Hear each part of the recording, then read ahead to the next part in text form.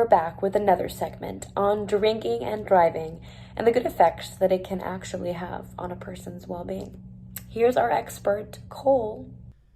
Good evening, Valeria, and please, I would prefer if you referred to it as booze cruising rather than drunk driving. Thank you. Okay, so tell us more about how booze cruising isn't as bad as people tell us it is. I am the foremost expert on booze cruising, having received my PhD in intoxicology from DeVry University. I'm here to spread awareness about anti-booze cruising sentiments I've seen circulating the news lately. I've seen some ridiculous data from scientists thrown around about thousands of people dying per year from drunk driving. They'll say, oh, you have a 1 in 20 chance of killing someone while over the legal limit behind the wheel. But the way I see it, making it home 19 times out of 20 isn't that bad. I'll take those odds any day, Valeria. Anyways, I need to booze cruise to reduce my anxiety on the road. The government is infringing upon my rights to feel comfortable while driving, which I just can't stand for.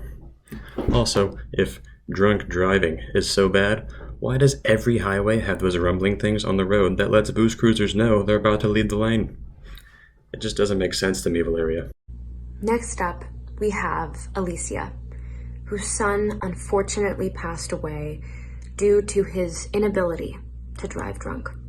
Hi, I'm Alicia, and I'm a member of Mothers Against Drunk Driving. Sadly, I lost my son in 2011 when he was coming home from a bar and driving home impaired. My poor Davy, I wish I had told him never to drive drunk.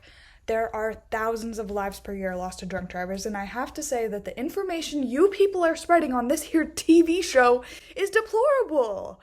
I don't know what kind of expert you think you are, Cole, if that's even your real name. Drunk driving is never a good idea. Just look at my poor Davy. And you viewers out there, please listen to me when I say you need to listen. Thank you for that, Alicia. Next up, we have John. Listen here, America. I may only be 20 years old, but I've been drunk driving since I was 12. Some people say I have a drinking problem, but in fact, I have never had a problem drinking. I drink all day, every day, and driving is my favorite thing to do while drunk. Long road trip, ever tried a Four Loko Gold? They'll help you stay awake, and they'll get you drunk really quick. Driving to class, nothing like a six-pack to help spice up those lectures. Drinking is an essential part of every American's day, and I think that we have the right, as Americans, to knock a couple back and then drive wherever the road might take us. I'm sorry.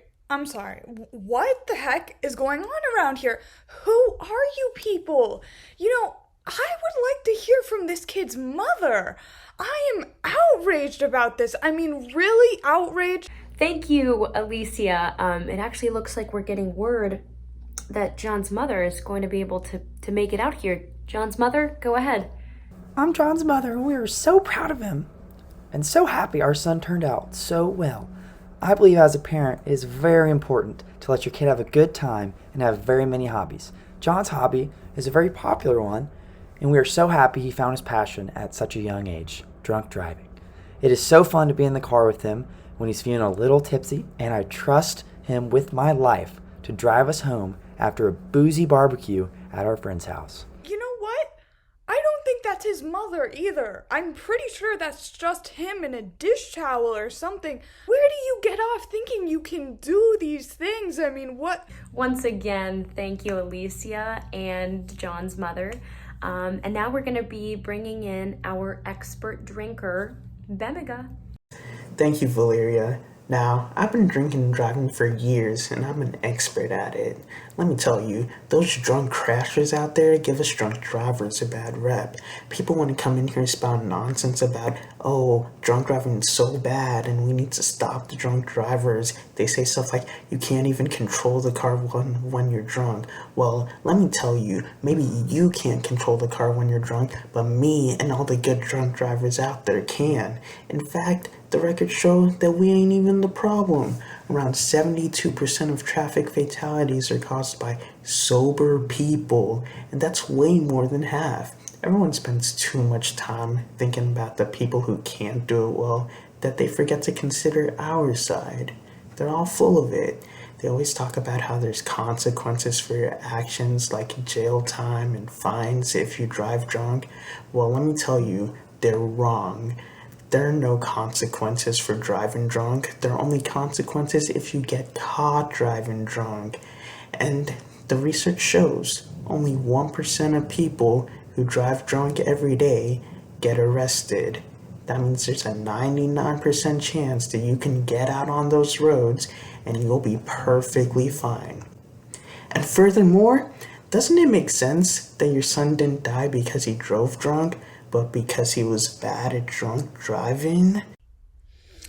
You know what, Gbemiga? I mean, when you put it that way, it kind of makes me think about things a little bit differently. Maybe I should have taught him to be a better drunk driver. Exactly. I say, let's teach our kids to drive drunk responsibly, and we'll all be better. Thank you guys for listening, and remember that sometimes it's just cheaper to drive yourself back home instead of getting an Uber. So learn to hold your alcohol. Thanks, and see you next week.